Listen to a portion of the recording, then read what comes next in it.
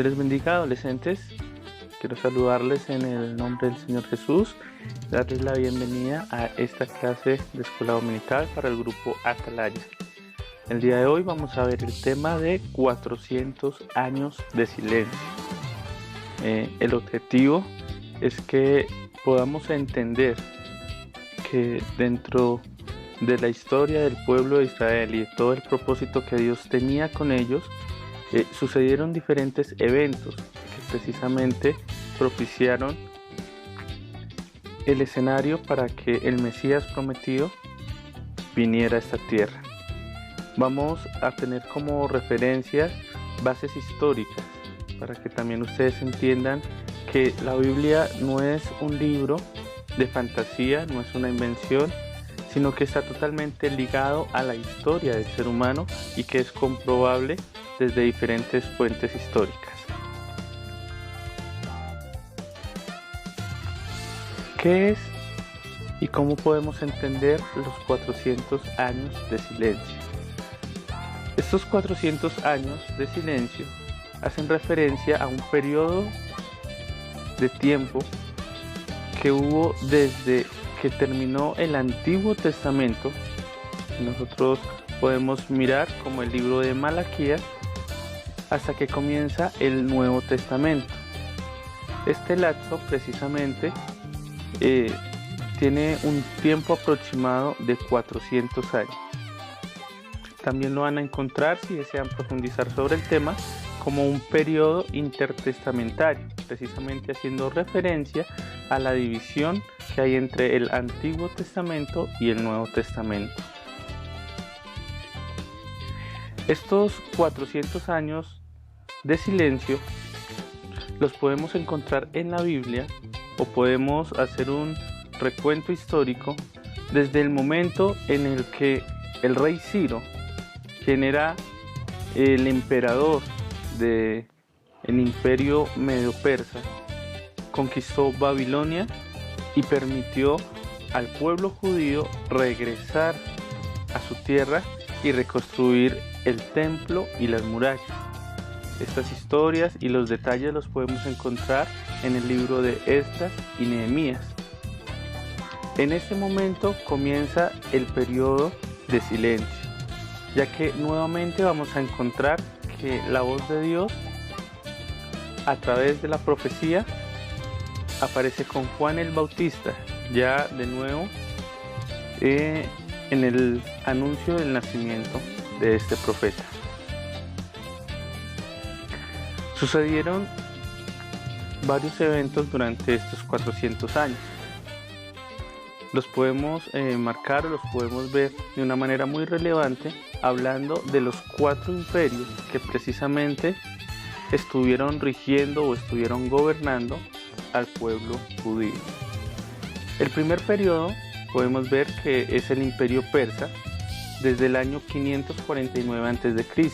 Precisamente hacía referencia hace un momento que es el periodo en el cual el pueblo de Israel está cautivo en Babilonia.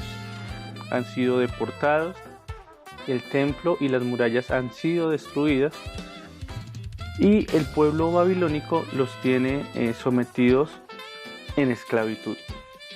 Sin embargo, cuando el imperio persa conquista a los babilónicos, permiten a los judíos regresar a su tierra.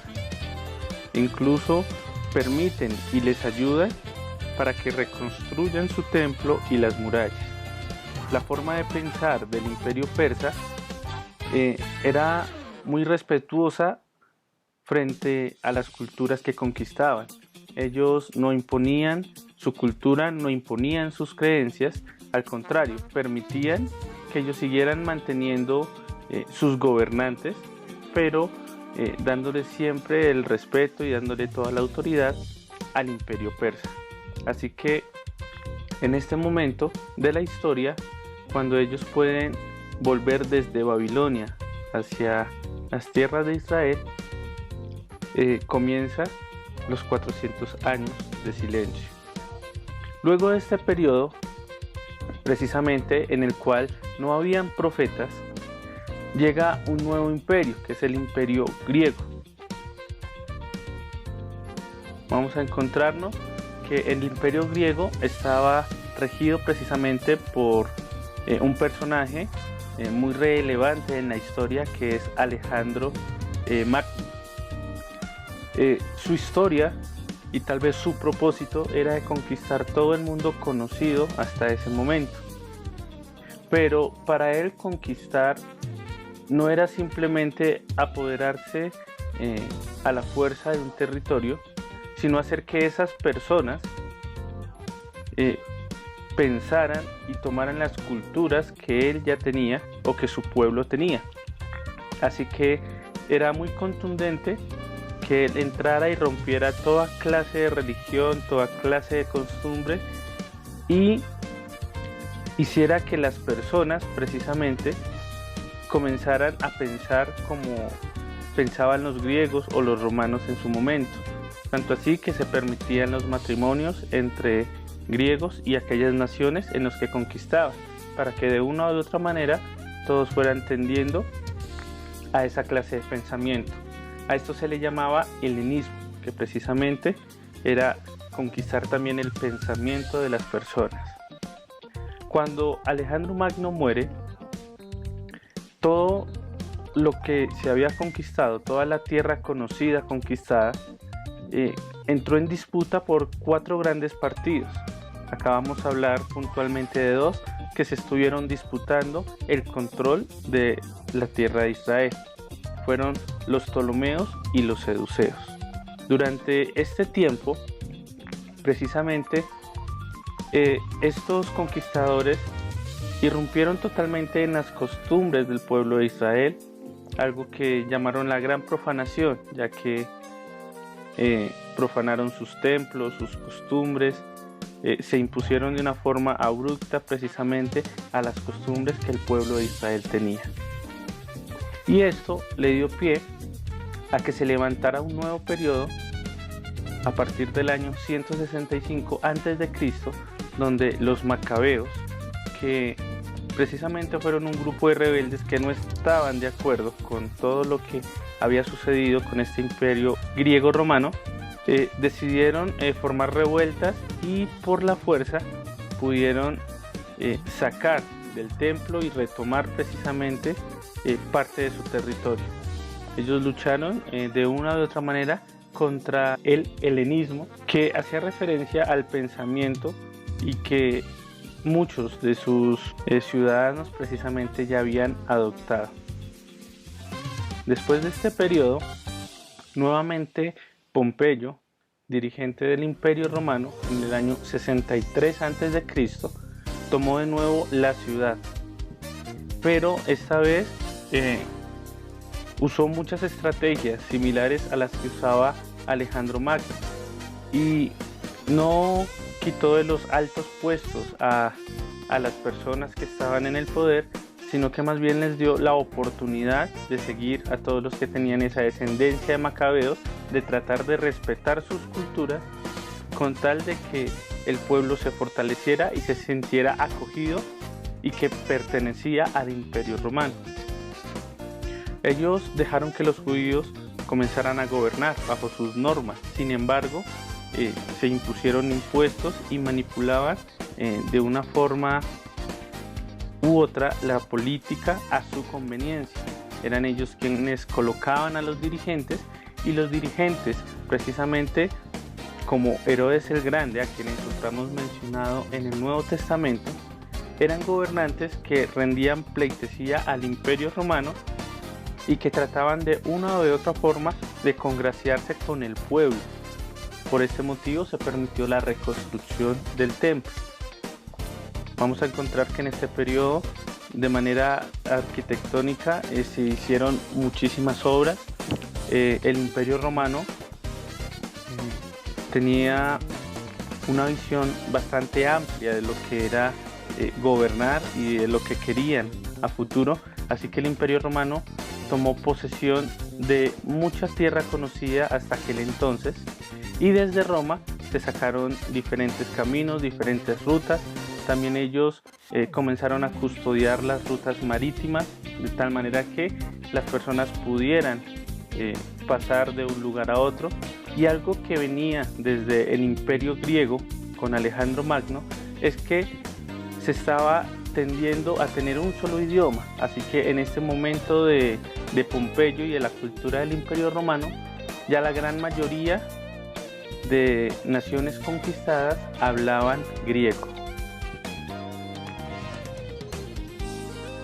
Pues esto es un breve resumen histórico de lo que sucedía, pero cuando vamos a aplicarlo a la nación judía, vamos a ver que hubieron unas consecuencias precisamente que se provocaron por estos cambios tan abruptos. Uno de ellos es la pérdida de identidad con las culturas paganas. Desde que Alejandro Magno comenzó la conquista del pueblo judío, precisamente se comenzaron a meter muchos pensamientos de aquellas culturas. Algo más que podemos ver y que es muy notorio comparado frente a las escrituras es que el pueblo de Israel dejó de lado las profecías.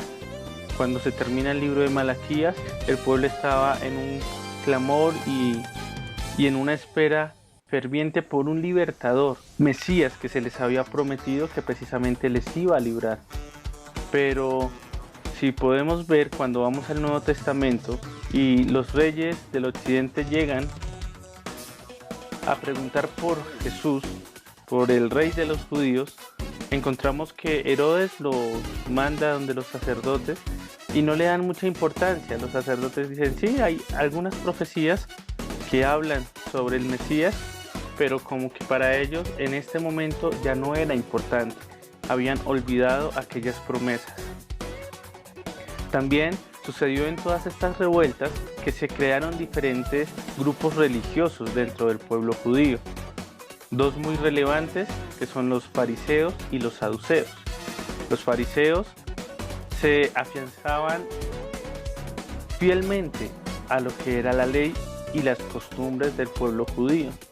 Sin embargo, los saduceos, quienes estaban en la alta sociedad, ya habían adoptado muchas culturas y muchas costumbres precisamente de estas naciones y costumbres y religiones que los habían conquistado.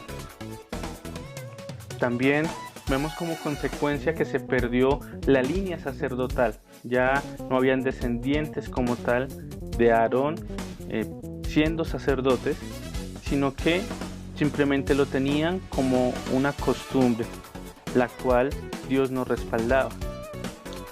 Vamos a encontrar que cuando Jesús nace en Israel, y a manera de resumen, ya se hablaba griego en la mayoría de naciones conquistadas. Por esta razón, el Nuevo Testamento fue escrito en griego.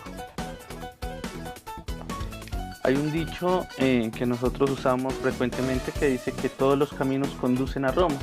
Y precisamente es porque en esta época, en estos 400 años de silencio, Roma estuvo creciendo con pasos agigantados y pudo conquistar gran parte de lo que en ese momento se conocía como el mundo conocido.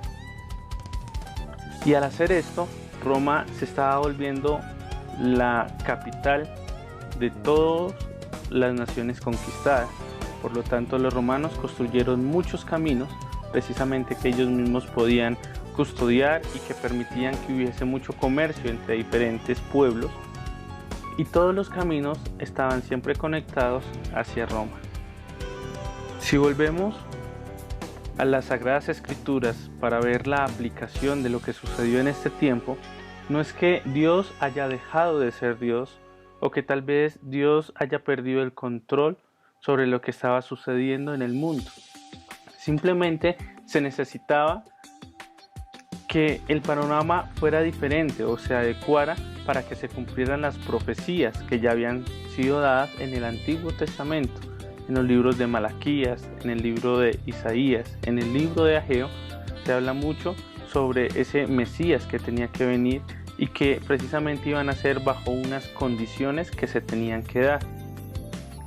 Cuando encontramos a Jesús hablando en Mateo 3:3, precisamente haciendo referencia A Juan el Bautista, dice la Biblia, pues este es aquel de quien habló el profeta Isaías cuando dijo: voz del que clama en el desierto, preparad el camino del Señor, enderezad su senda. En Mateo 11:7 también encontramos que la Biblia dice: mientras ellos se iban, comenzó Jesús a decir de Juan a la gente: ¿qué salisteis a ver al desierto? ¿Una caña sacudida por el viento? ¿O qué salisteis a ver? ¿A un hombre cubierto de vestiduras delicadas? He aquí, los que llevan vestiduras delicadas están en casa de los reyes. Pero, ¿qué saliste a ver? ¿Un profeta? Si os digo, y más que un profeta. Versículo 10, porque este es de quien está escrito: he aquí, yo envío un mensajero delante de tu faz, el cual preparará tu camino.